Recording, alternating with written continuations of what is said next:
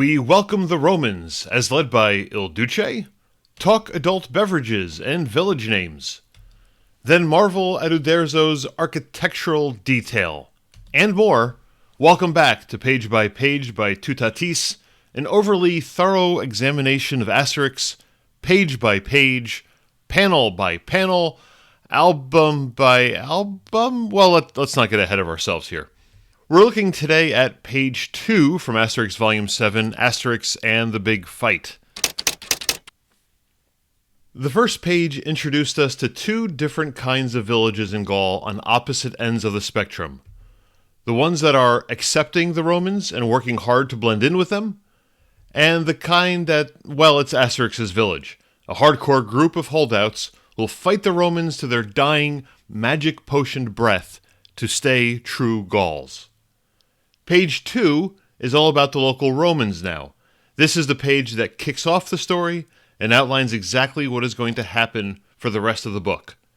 René Goscinny's storytelling is ruthlessly efficient like that. He's wasting no time in setting things up so he can get to the jokes quickly, and he can ratchet up the tension to make the jokes hit that much harder.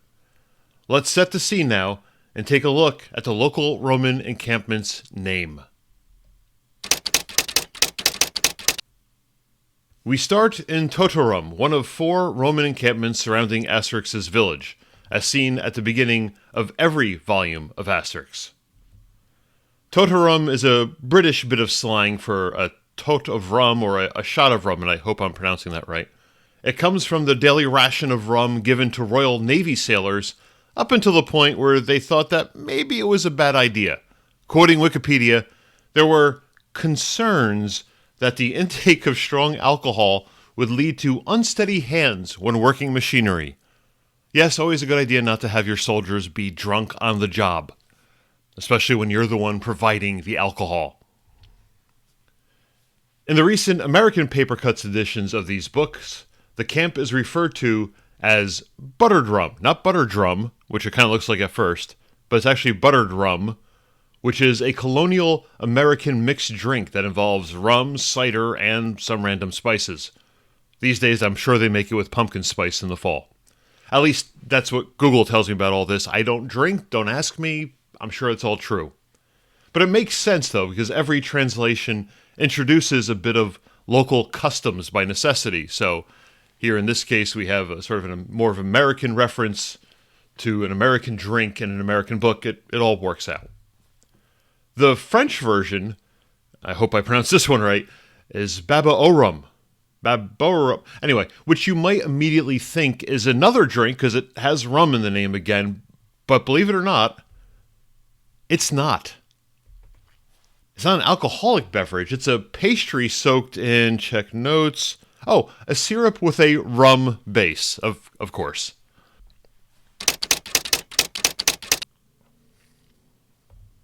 In any case, Uderzo doesn't draw a full-tier panel to introduce the Romans the way he introduced the 2 Gallic camps on the first page. Maybe he's saving that format just for the Gallic camps. Maybe he was drawing the stories as he went along and didn't realize it in the first place. Maybe those page-wide panels are just coincidence. I don't know, but there you have it. However, it is a pretty good drawing of the Roman fort here in the very first panel. The fine line work is a little scratchy in earlier editions of the book. They've improved it in recent printing since they remastered the series some 20 years ago or so now. Because there's a lot of thin lines that make up those walls, a lot of logs standing in place, basically. The original Pilote Journal magazines were on nice, large-sized pages, so maybe the fine line work for this showed up better there, but at the same rate, the paper stock wasn't as good as it is in modern-day albums, so that's a strike against it in the other direction. I'm not sure. I don't have all the copies of all the books and all the issues to compare them with, but it's something to think about. Uderzo was drawing for a certain size page, and he knew how much detail he could pack in, and he packed a lot in. This is the kind of architecture you'd see in a comic today, and you'd immediately know that the artist is tracing over something they found on SketchUp or on Google Images. Uderzo didn't have that. Maybe he had a morgue with a good example of a Roman fort recreation that he could draw from? I don't know, but it all works here. I mean, just look at the size of that thing. The tents inside are giving you enough of a sense of scale that there's a lot of them, so you can kind of get an idea of just how wide that thing is, and the Romans built that, I would bet, fairly quickly. Uderzo even includes the moats dug out around the fort for further protection. That's right in the Roman playbook. I'm only guessing that these hilltops behind Todorum weren't large enough to build such a sized fort on, because the best position for this kind of setup was always to take the higher ground. Made it easier to defend. You could see the enemy coming, and you could work downhill a lot easier than you could work uphill. For more on this kind of stuff, listen to Hardcore History's The Celtic Holocaust episode, or read up on the Gallic War from Julius Caesar's writings. They are a lot of fun. I guess fun is a good word. If you want to read about the details of what happened on his campaign across Europe to bring the Gauls to heel.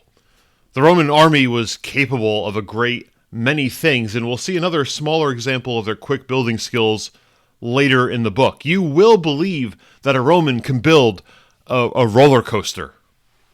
Yes, it's just that kind of book. Panel 2 introduces us visually to the man named in the first panel, Centurion Nebulus Nimbus. Nebulous, though spelled differently, means hazy or in the form of a cloud. Nimbus is a type of cloud. It also is that glow you see around the head of a saint in very old paintings. But I don't think that's exactly what Derek Cockridge and Anthea Bell were thinking about with this translation. They were just setting up the cloud jokes, really. Nimbus is squinting and shouting, which is a perpetual state for him throughout the book. Like so much of Asterix, it reminds you of something you'd see in an old vaudeville routine, an easily memorable, defining characteristic that helps set him apart from everyone else. He shouts every line of dialogue in this book, with a couple of rare exceptions. It is also said he's drawn as a caricature of Mussolini, who was the leader of Italy during World War II. For those of you who haven't studied world history yet, the image of Mussolini I have in my mind isn't strong enough to validate that, but a quick check of Wikipedia for an image, and yeah, I can definitely see it. The hairline, that lower jaw, yeah, I'm in. I'm sold. And while I'm thinking about Nebulous Nimbus, here's how the American and British translation compare to the original French. Nebulous Nimbus comes from the British edition. The American edition runs with Tremendous Fungus, which I admit got a good giggle out of me. Unfortunately, that translation didn't capitalize on the name for all the puns that the British edition squeezed out of the name with all the clouds. The original French name, get with the pronunciations, I'm just going to say is Langulus, Langelou, I don't know. I'm going to say Langulus, which I have to imagine is a reference to this famous French painting, L'Angelou, I'm going to go with that now, by Jean-François Millet from the 1850s. It hangs in the Musée d'Orsay today. That all rhymes. And as always, leave a comment below if you can explain this one to me. I'm sure it's a very clever play on words somehow. Cut to Tier 2, and we see the conclusion of the opening scene. Uderzo has a skilled eye for storytelling, and it starts with this opening sequence of panels. Let me show you how this works. These three panels together feel very cinematic to me. I couldn't quote you the exact Hollywood director Uderzo might have seen this from by the mid-60s or anything, but this three-panel sequence feels very much like a series of cuts we'd see in a movie, almost a Western movie I can picture. There's the ultra-wide establishing shot, followed by the extreme close-up on one character that we know is inside that establishing shot, followed by a sort of a middle shot that helps show the hilarity of the situation. It kind of pulls back to give you that first gag, that first look at what's happening. Even visually, if you don't read the word balloons here, you can just watch those three panels, you can see the story in your mind, you can picture how this works, and you will laugh at that ragtag group of soldiers there. It's going from one extreme to the other, super wide to super narrow to medium. The reveal of the battered soldiers works for me really great. Here we are now with Nimbus facing that small group of Roman soldiers who look like quite a mess. They're battered, they're beaten, and they each offer an excuse for what happened to them. This is the other side of the story we heard about at the end of the last page. Remember how Asterix and Obelix were so nonchalant about their run-in with the Roman guard? Here now are the Romans, whose experience seems so much bigger a thing than it was to those Gauls. They're adding the boars and dogmatics to the count of their attackers in a desperate effort to seem stronger, like they were only defeated by the combined might of the Gallic Avengers. In reality, it's more a mix of their own cowardice and fear combined with what was likely a small sip of magic potion on the other side, or just Obelix having a good time, really. I also like how the dialogue functions as the four soldiers counting up their opponents, and that total matches how many fingers they're each holding up, and they're holding up 3 different numbers of fingers. They even can't get their story straight. They're just yes-anding each other and building up into something bigger than it really was.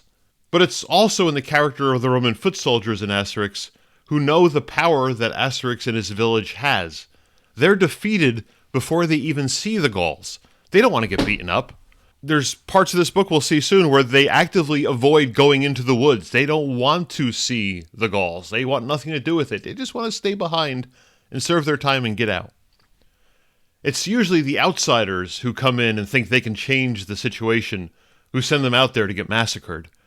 So the foot soldiers are less the powerful army and more the blue-collar worker guy, putting in his hours, taking a beating, and going back for more the next morning.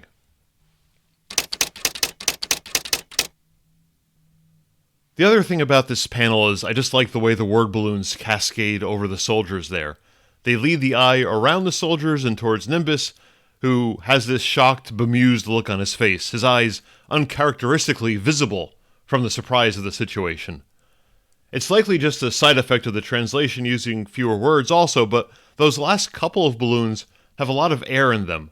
It's 3 and 4 words in those 2 balloons, which leaves a bit more room than usual in there, like the characters are talking in a smaller or a quieter voice, almost ashamed of the excuses they're offering. I remember Fabian Nicieza using that tool a lot when I was first reading comics 30 years ago. Look at the dialogue he did in X-Force or New Warriors or X-Men. He employed it often, and it really works especially for comedic effect. Next, we're introduced to the outsider character in Felonius Caucus, a name that I think actually sounds funnier than it is. It just has the right combination of consonants to make it sound like you're saying something dirtier than you really are. It definitely sounds better than illegal vote or illegal political meeting. The Americanized version of his name is Noclus? No clue? Is that the plural of no clue? I don't know. Knuckles? Nucleus? It ends in US, so we know it's Roman, but yeah, not such a big fan of this one. In any case, our friend Felonius here gets off the first cloud joke at Nimbus's expense. If they get to hear of this in Rome, you'll be under a cloud. Not the greatest bit of wordplay known to man, but it really kicks off a bunch of cloud jokes, and it all works together. But Felonius has a plan, and without that we'd have no book, so I'm glad he showed up with something. The bottom half of this page is as expository as it gets in Asterix. It's where Felonius lays out his plans, starting with the tradition in Gaul that the leader of a village may challenge the leader of another village to a fight, with the winner taking control of the loser's village. And here's the genius of the thing. Goscinny doesn't just let him drone on. He makes sure to include a couple of jokes along the way, including the one that's probably my favorite of the whole book. If the fight is a tie, or the fighters are equally matched, then the winner is determined in a fight where the 2 combatants throw bales of straw at each other. Thus, a straw vote, also known as a straw poll, as described by a man named Caucus. And that's as political as I'll get in this series. A somewhat tenuous dad joke. You're welcome. I liked it so much that I looked up the original French panel to see what was going on there. It's a very similar bit of wordplay. Ballot means a bundle, while ballotage literally means to go through a second vote. And it just dawns on me now it's probably properly pronounced ballot, if I had to guess. It looks like the English word ballot, so I'm going with it.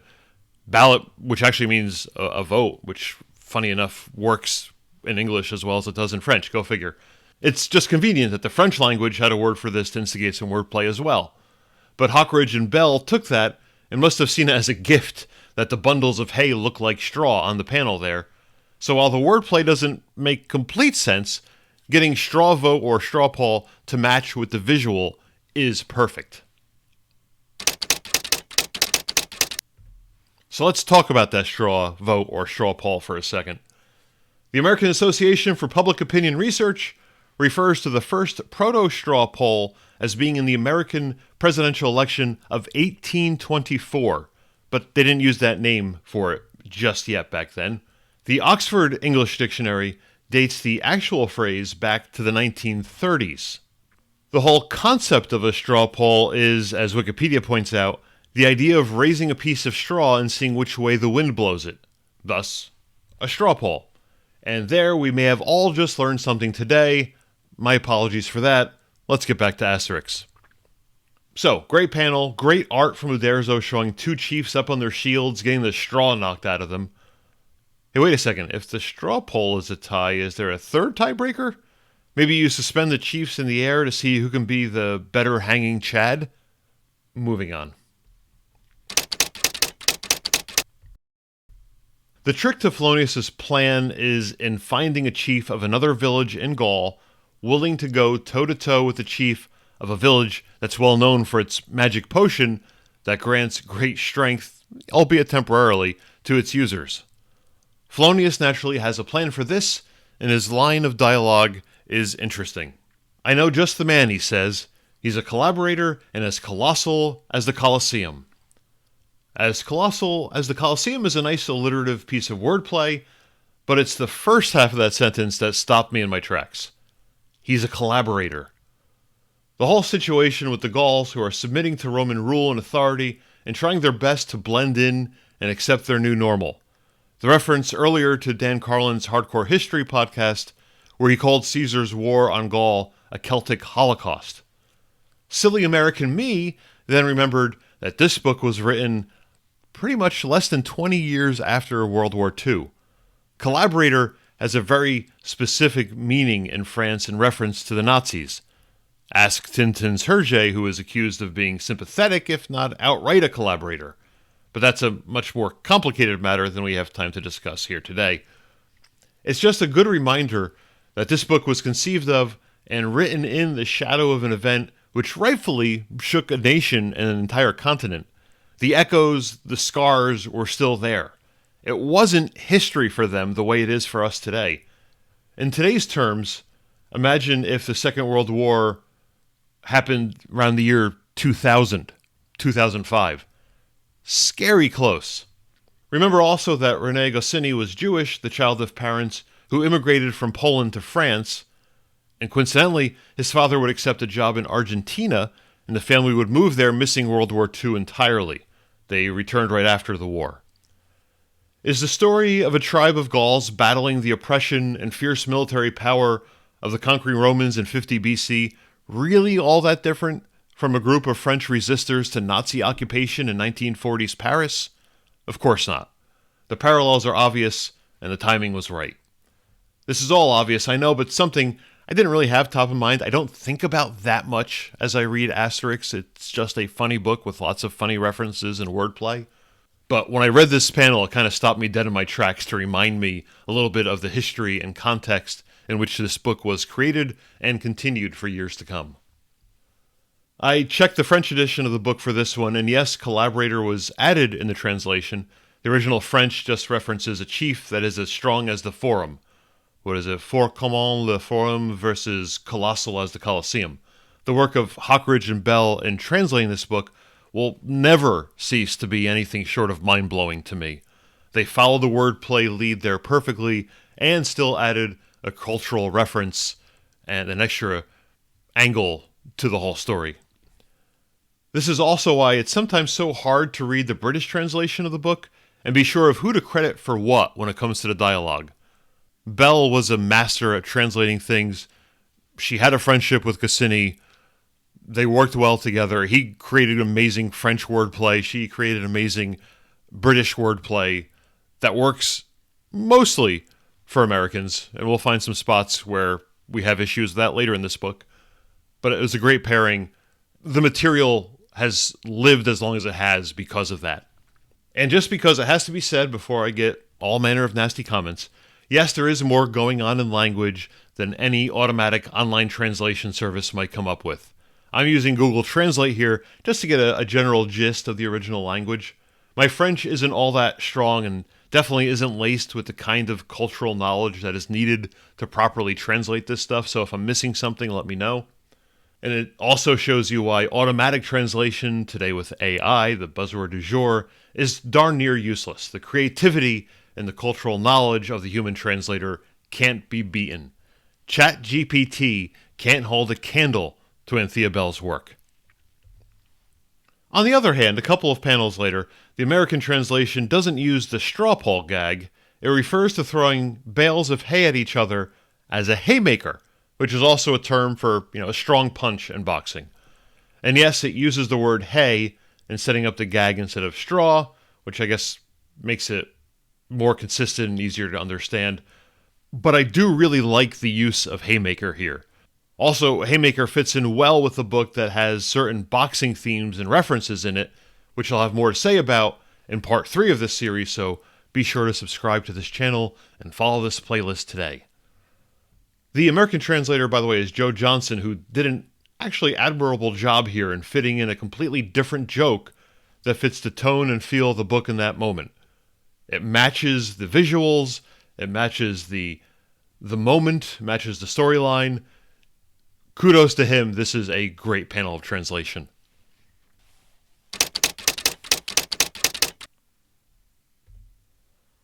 The Paper Cuts edition of Asterix features that new translation by Joe Johnson, who is an American translator who referenced only Goscinny's original scripts, not the classic Hockridge Bell translations. It's a fascinating experience for a number of reasons. There's good in it in that the Britishisms of the 70s, 60s, 80s can be changed to American references of the 21st century. There's a mixed bag of character names, some of which are worse, and, well, I haven't seen any that are actually better yet, but there are differences. The biggest change is just that the druid is back to his French pun name, Panoramix. Panoramix. How do I say that without sounding like an American? I want to give it the British pronunciation. Panoramix, which also works for the American audience. Getafix is a British name we've been using for 50 years now, but for a book aimed at kids, technically, perhaps it's not best to make the magic potion dealer's name sound like a drug dealer. The one thing that the American edition suffers from, though, is the typography here. It looks far busier and more cramped than the other two editions. There needs to be a little more leading at the least. But every once in a while, the American translation is a total miss, and we have two examples of this happening. The name of the book is Asterix and the Big Fight. That didn't change for the American edition. The title is spoken directly in dialogue by Felonius Caucus right here on page 2 in the British edition. In the American edition, Caucus refers to the combat of chiefs. That's the literal translation of the French title, Le Combat des Chefs. They didn't change the name of the book, so that line of dialogue should have stayed as The Big Fight. I found myself shaking my head at that one. It's just weird. The other almost unforgivable and most unforced error in the book is this classic. We've talked about this one before, so this one happened on page 1, not page 2, so I'm going back a little bit, sorry about that. Obelix twice says, "These Romans are crazy." It's his catchphrase. It's a classic. You can't improve upon it. And it's a totally straightforward translation of René Goscinny's French text, "Ils sont fous, ces Romains." They are crazy, these Romans are crazy, close enough. The American version is grammatically correct, but "those Romans are crazy" just doesn't sound right. This is a case where maybe we should have looked at the British edition before we translated it to American English. Now, to balance that out, so I don't sound completely negative here, the lettering works better on the American/Paper Cuts version here. It has that stacked diamond shape that helps fill up the balloon far better than the British edition's version does. Kudos to Paper Cuts letterer Brian Senka for that. Take a bow, Brian. Coming up in the next installment on page 3, we meet the Gallic leader who is as colossal as the Colosseum and who floats like a butterfly and stings like a bee. Also, aqueducts. Lots of aqueduct talk. Be sure to subscribe so you don't miss that one. For reviews of every Asterix book, check out the Asterix Agenda over at pipelinecomics.com or click on these suggested videos for more about the glory of Asterix, and I'll see you again in the next part.